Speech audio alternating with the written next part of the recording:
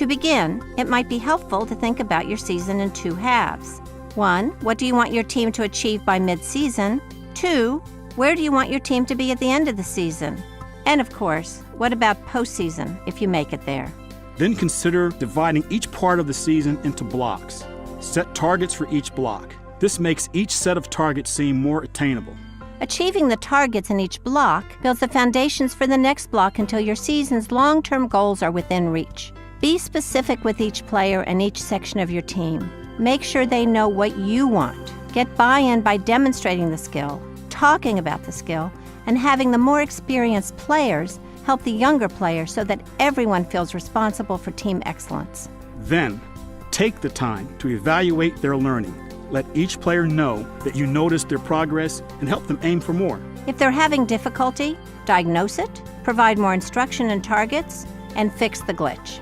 This attention to detail is going to build loyalty, it's going to build confidence and commitment. This will allow you to increase the scope and the challenge of their targets. Your athletes are also learning what you believe is important.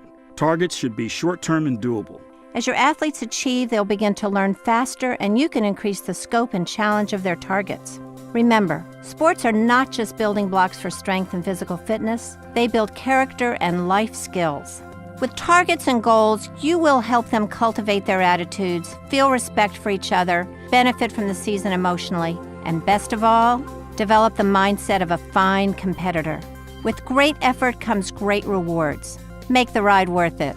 And most importantly, remember that the journey through childhood and adolescence is a one-way trip.